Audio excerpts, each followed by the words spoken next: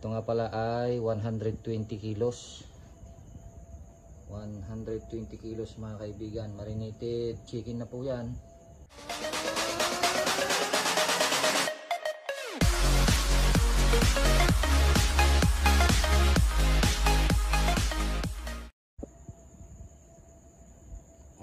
Okay, good morning, good morning. Ito na naman ang ating gawain sa araw-araw. Every morning, gumising tayo alas 4 ng madaling araw. Ito, naglalagay na ako ng mga chicken. Ayan, dito kami nagmamarinate. So, tinatanggalan ko ng ice. Yan o. Ayan.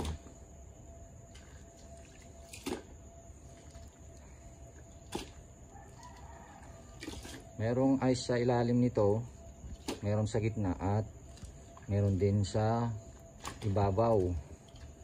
Bali magdamag nating minamarinate ito mga kalakay.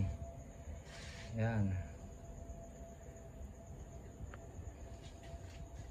Ayan, nagtutubig din kasi na tutunaw din yung yelo, pero hindi nakakaapekto yan. Kasi bago pa matunaw yung yelo mga kaibigan, na-absorb na ng mga manok yung mga ingredients natin. Kaya hindi siya lalabnaw. So yan o. Ito o, na tanggalan ko na. At ready na itong bibilangin. Mamaya ay gigisingin ko na si Kabakot para kasama kong magbilang. Ito nga pala ay 120 kilos. 120 kilos mga kaibigan. Marinated chicken na po yan. At ilalagay natin sa supot. Ayan mga kaibigan. So sampulan natin kung paano natin ilalagay sa plastic. Itong ganito oh. Tiny ang aming ginagamit. Ayan. So ganito lang. Binibilang namin ng tigbe 20 bawat plastic. Ayan.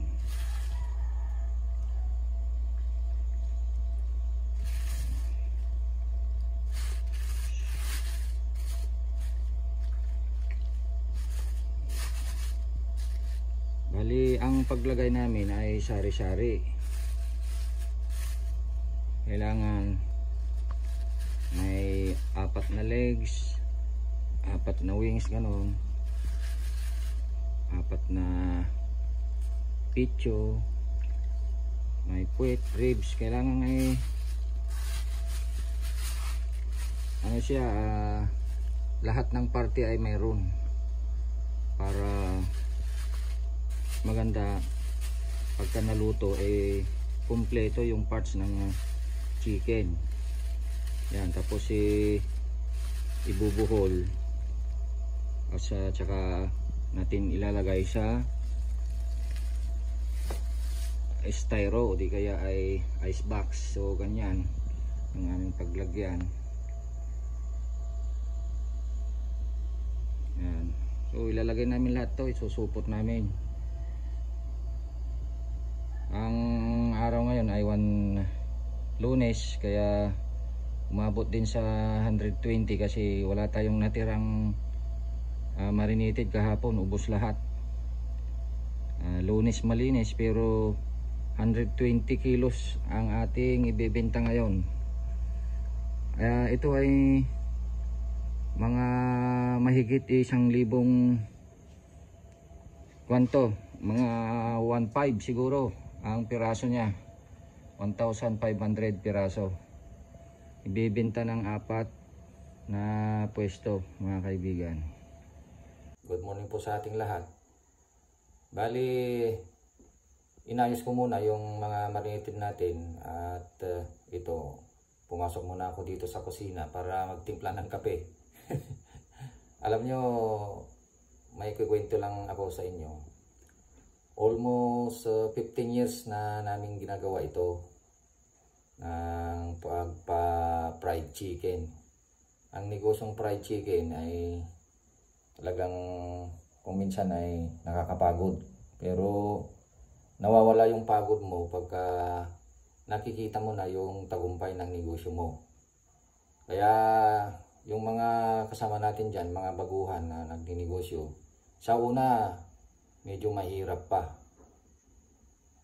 Alam nyo kung ano ang example ng negosyong ito. Para kang nagpapatayo ng isang building. Alam nyo yung nagpapatayo ng building, pag may nakita kayo, di ba pag una ay wala ka pang makikita. Kahit mayroon nang nagtatrabaho sa site, di naka-close yan. Talagang sinasaraduhan para hindi mo makita yung ginagawa nila.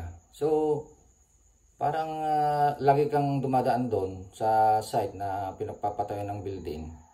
Wala ka pang makita na nasisimulan nila. Kasi ano yung ginagawa nila, mga kaibigan? Yung pundasyon. Pundasyon talagang matagal yan, yung pundasyon. Kaya wala ka pang makikita kahit medyo matagal na. Wala ka pang makikita. Pero alam nyo, pagka nagsimula ng tumaas yung paggawa nila, halimbawa nasa ground floor na sila, mamaya sa second floor na, mabilis na yan. Mabilis na yung pagtaas ng building. Kasi ang negosyong ito, mga kaibigan, ay mahirap pa sa una. Talagang gagawa ka pa ng magandang diskarte, talagang isasanay mo pa. Parang ang paggawa ng building, wala ka pang makikita kapag kauna, medyo matagal-tagal pa. Pero pag nasimulan mo na ito at nagsimula ng lumago, ay nako, ang bilis-bilis na. Mabilis na ang pag-asenso, mga kaibigan. Kagaya sa amin, sa awa ng Diyos, ito yung nagpabago sa aming buhay. Ayan, kaya payo ko sa mga nagsisimula dyan na medyo nawawalan ng pag-asa, ay tatagan nyo lang yung loob, mga kaibigan, mga kalakay. At kailangan mayroon tayong puhunan, mayroon tayong backup. Kasi pag sa una talaga ay kukuha ka pa ng mga suki mo. Sasanayin mo pa yung mga tao para magkaroon ka ng mga suki. Pagka marami ka ng suki, mag-iimbita yan at dadami talaga ang suki mo. Yung manok natin ngayon, mga kalakay, pagka 120 kilos, asama mo na yan, mga 1,500 plus na piraso ng tig 25 pesos. Meron din tayong tag sa 10. At yung kasi mga tag sa 10 ay mga ritaso yun. Yung mga cut na maliliit, ganun. At yung mga ulo ng manok. Kasi yung manok natin ngayon ay may ulo.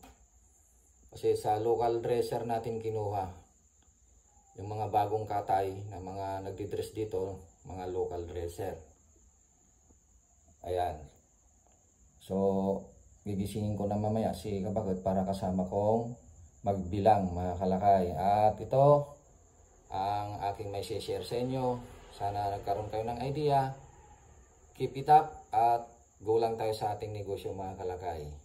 Okay. Good morning po sa lahat. Mag-alas 5 na ng madaling araw. Bye-bye! Mga kalakay, available na po sa Shopee ang ating Calpos merchandise.